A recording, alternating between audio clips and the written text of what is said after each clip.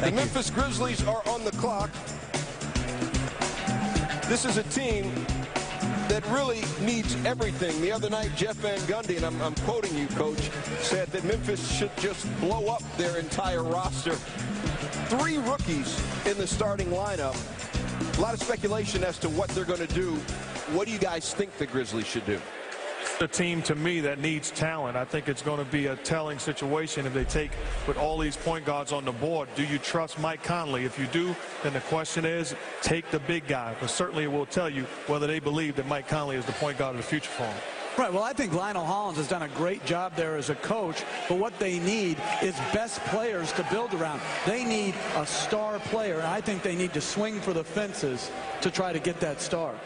Well, if they're not going to trade the pick, Hasheem Thabeet gives them a shot blocker that can protect the rim. I'm not sure about his offense, but I know he can block shots. All right, we mentioned Lionel Hollins was the head coach. This is Lionel Hollins' 3rd tenure as head coach of the Clippers. The pick is now in. Here's the commissioner again, David Stern. With the 2nd pick in the 2009 NBA Draft, the Memphis Grizzlies select Hasheem Thabeet from Dar es Salaam, Tanzania, and the University of Connecticut.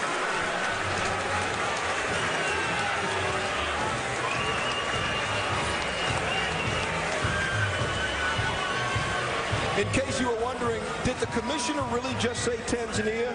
Yes, he did. Hasheem Thabeet becomes the first player in NBA history born in Tanzania. He's actually met 3 Tanzanian presidents. 7'3", 267-pound junior out of Connecticut is now a member of the Memphis Grizzlies. Let's take a look inside the draft room of the Memphis Grizzlies. A lot of speculation that they might go small with Ricky Rubio, but they go large, very large, with the tallest player in the draft out of Connecticut, Hasheem Thabeet. 13 points, 10 rebounds, and 4.2 blocks per game last year. His 4.2 blocks, that was 2nd in the NCAA. So Thabeet's name goes up on the big board. The Memphis Grizzlies, a franchise that has only had 4 winning seasons in 14 years of existence. There you have him, Jay Billis. What is this guy about? Well, he's about defensive potential. You know, he can protect the rim for you. This last year, he had 62 more blocks than he had fouls. He blocks and changes shots, and he does so without fouling. He's got good timing. He waits for the shooter to leave the floor before he leaves the floor, but he needs to operate in space. If you can get into his body, you can have a little bit of success against him.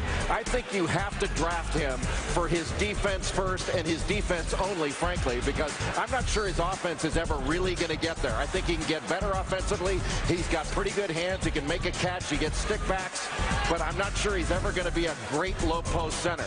But he has to get stronger. He has to get stronger in his lower base. He has to get stronger in his upper body. That's an absolute necessity. DeJuan Blair absolutely beasted him in the first game those 2 guys played this year. And I think he's got to really refine his offensive skills in the post. He's got to be able to make a post move legitimately with a counter. He's got to be able to hit a jump hook in the lane. One thing I really like about him, though, he makes his free throws. He can also make a face-up jumper. You don't want to take a lot of those, but he can do it. And he won't look up to very many players in the league, although there are at least 2, and only 2, that he will look up to. Hasheem Thabeet becomes, you know, one of the tallest guys that we've seen, tallest active players in the league. Yao Ming, of course, at 7'6", so he'll go eye to eye with Zydrunas Ilgauskas, and he'll look down at Dikembe Mutombo by an inch. Here is Hasheem Thabeet's reaction as Commissioner Stern called his name. He stood up and basically kept standing up. Hasheem means the destroyer of evil, but Mark Jones doesn't look like any destroyer there. He just looks like a man with a big smile on his face with you. Good look right now by Hasheem Thabeet, Stu. And Hasheem, 6 years ago, you were back in Tanzania emailing American schools about getting a scholarship. Today, you're in the NBA. What has been the best part of your journey? Just the experience itself, you know, me making transition from playing soccer, from just kicking it, and now you gotta use your hands and stuff. So, I mean, I've been around great guys, you know, Coach Calhoun, the UConn program helped me a lot, you know. I want to say thank you for everybody who helped me. It's interesting. You don't have to worry about kicking the ball anymore, but what does it mean to be the first player in the NBA from Tanzania? To me, this is a blessing, you know. It's just to get this opportunity to come out here and, you know, get education, play ball. And I decided what I want to do for life, for living, to play ball. And now to be here, you know, last year I remember I was at my house watching, you know, the NBA draft, and today I'm out here.